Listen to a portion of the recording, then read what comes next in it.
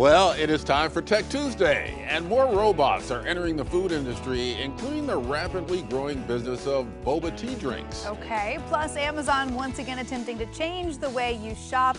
This time, they've got their sights set on the mall. Okay. So is Amazon going to bring malls back? We'll find out. Joining us live with the top tech headlines of the week, our expert Greg Nibbler. Good morning. Good morning. Yeah, Amazon kind of bringing things back into the fold with this announcement they had earlier this week. So, I mean, as we all know, the way that we shop has changed a lot over the last couple of years, particularly with the pandemic, everything going online. And Amazon was the big push behind that. Well, now they want to figure out a way to bring the malls back into the mix. So they're testing this out in about 10 different cities to where you're going to have a virtual mall for these different cities who are going to be trying it out. Well, now it doesn't mean you're going to be walking around like a 3D, replicant of the mall, not yet anyway, but they're going to have your local stores on there and you can shop them. They've teamed up with a few retailers so far, I think PacSun, Diesel, a bunch of other ones, to where you could say, go on there, shop that local store, pick out your clothes, and then a retailer from the store will bag them up. An Amazon delivery person will come and get them and bring them to you, in theory, that same day. So it's kind of an interesting way to bring that back into the fold of our shopping experience. Amazon is seeing some value in it, and the local retailers are seeing a way to at least, it's almost if you can't beat them, join them, like get right back into it and at least be a part of that system and reach their customers in a better way. So right now they're testing it out in these 10 different markets. Portland isn't one yet, but I would expect it will be soon. They think this is going to roll out to a lot more retailers and malls. And at least, maybe it's a way to keep those going, keep them afloat, kind of mix that with some in-person shopping, but bring it back in there and at least, I guess, shop locally online. That's interesting. Yeah, no doubt about it. Well, Greg, we talk about robots and what robots can do on this show. And apparently there's another robot involving boba tea that people can actually invest in. So tell us about that.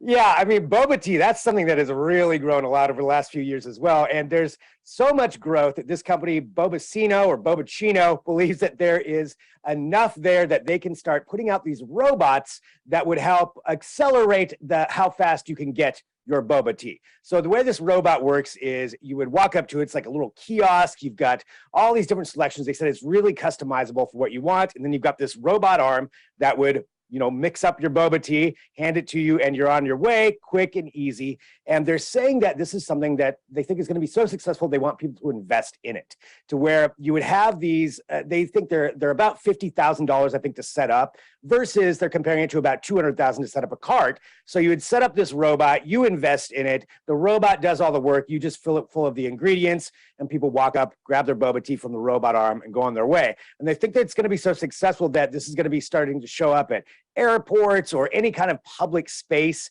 where they believe the market is so big for boba tea that there is the expansion's almost limitless on what you can do with these, and they want you to get involved with it. Interesting. Yeah, does it have any audio though? Will it at least say, have a nice day or something, That's a good point. Yeah, they need to work on that part for sure.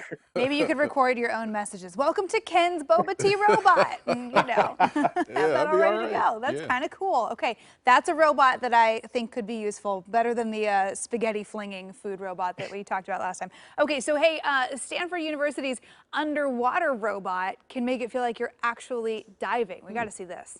Yeah, a lot of robots this week, but this one I really want to try out myself, even though it's not available for me to. So it's called the Stanford Ocean 1K, 1K meaning you can dive a kilometer down.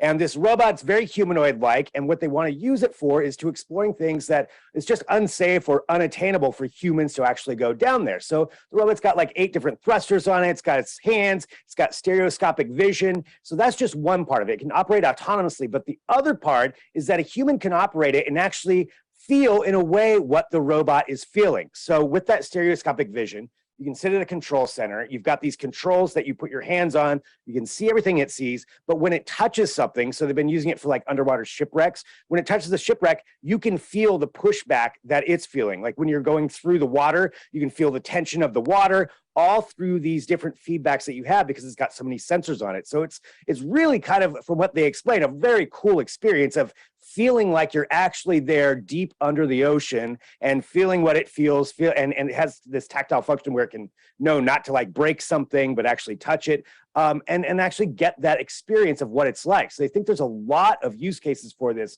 for not just only scientific exploration, you could even go into like underwater tourism. There's so many different options for it, but the science and the tech behind it is really, really cool.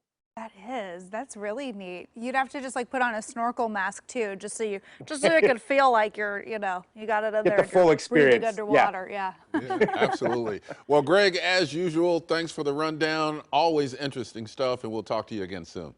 Sounds great. And don't miss a beat when it comes to tech. All you have to do is follow Greg on Twitter. He is @GregNibbler.